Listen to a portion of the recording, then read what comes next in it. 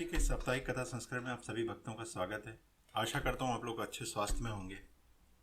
हमेशा की तरह हम आज महाराज जी की लघु कथा सुनेंगे और फिर समझेंगे कि किस तरह से महाराज जी अपने शिष्यों को ज्ञान दिया करते थे। बात काफ़ी पुरानी है। एक महिला थी, वो आई महाराज जी के पास और महाराज जी को प्रणाम करी और महाराज जी बातों बातों में बोला कि आप हमेशा जो है सांसारिक चीज़ों की बात करते हैं कि भाई कितने बच्चे हैं तुम्हारे, क्या एजुकेशन की है तुमने, क्या काम करते हो, कितना चीज़ें हैं। आप हमें आध्यात्मिक चीज़ें क्यों नहीं सिखाते, आध्यात्मिक चीज़ों के बारे में क्यों नहीं बात करते, ब्रह्म के बारे में क्यों नहीं बात करते।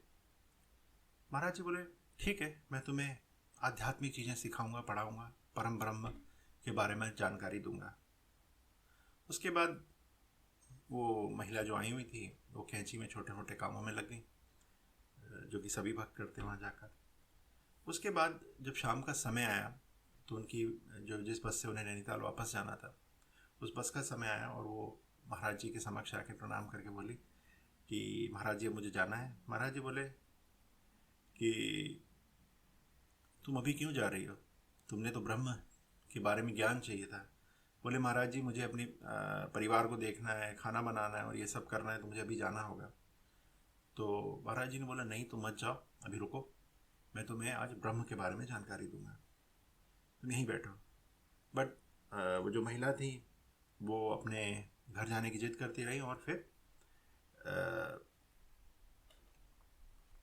बोली कि मेरे बस चली जाएगी। महाराज जी तभी भी बोलते रहे उनसे कि मैं आज तुम्हें ब्रह्म के बारे में जानकारी दूंगा, तुम अपने घर मत जाओ, यहाँ बैठो, मैं तुम्हें बताता हूँ। तो महिला ने जवाब दिया, अरे मेरा तो परिवार में बैठा है, जब मेरा परिवार में बैठा है तो मैं यहाँ कैसे ब्रह्म की शिक्षा ले सकती हूँ, वो लोग भूखे हैं, उनके लिए खाने की व्यवस्था करनी है, सारी चीज़ें व्यवस्था करनी है।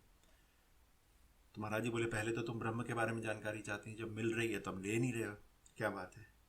उसके बाद उसने जो महिला भक्त थी उन्होंने कहा महाराज जी मुझे जाना है, मेरे परिवार देखा और क्या प्रणाम करके महाराज जी ने कहा ठीक है जाओ। तो जब वो जाने लगी तो महाराज जी ने उनसे कहा कि जो ब्रह्म है, जो आध्यात्म है, जो ब्रह्म का ज्ञान है, वो कोई खिलौना नहीं है जो आज आपने देखा, पसंद किया और चले गए। ब्रह्म एक ऐसा ज्ञान है जिसके लिए हमें कोई ना कोई बलिदान देना पड़ता है। हम दो नावों में एक साथ पैर रख के नहीं चल सकते, एक संसार की नाव और एक ब्रह्म की नाव। और जो ब्रह्म है उसे आप बाहर से छू परख सकते हो, पर अगर उसकी गूढ़ रहस्यों के लिए जाना है तो आपको किसी एक चीज को चुनना पड़ेगा। तो इसीलिए जो संत महात्मा होते हैं वो परिवार का त्याग कर देते हैं और फिर ब्रह्म की बारे में जानते हैं। तो इसी को लेकर हम लोग बात करते हैं कि आजकल हम लोग बहुत ज़्यादा जो आध्यात्मिक जो बातें करते हैं, आप लोगों से आपके मित्र होंगे, यार होंगे जो आसपास के रहते होंगे, पर जब हम उनकी गूढ़ रहस्यों की बात करते हैं तो वो अलग हो जाते हैं। ब्रह्म एक तरह की नित्य क्रिया है जिसे हमें हर रोज करना पड़ता है, धीरे धीरे करना पड़ता है, समझना पड़ता है।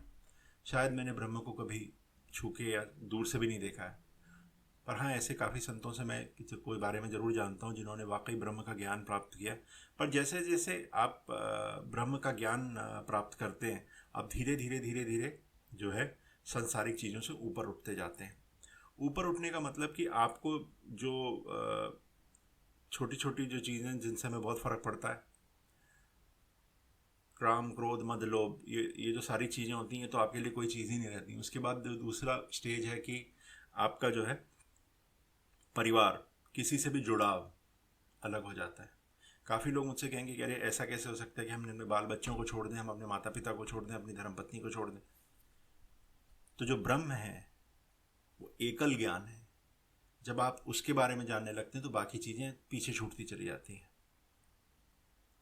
और जब आप एक ऐसे लेवल पे आ जाते हैं जहाँ पर आप ब्रह्म का बिल्कुल गूढ़ रहस्य जानने लगते हैं तो आप परम ब्रह्म की आपको प्राप्ति होती है और अंततः आप मोक्ष की जाते हैं। मोक्ष हो सकता है कि इस धरती पर ही आपको मिल जाए।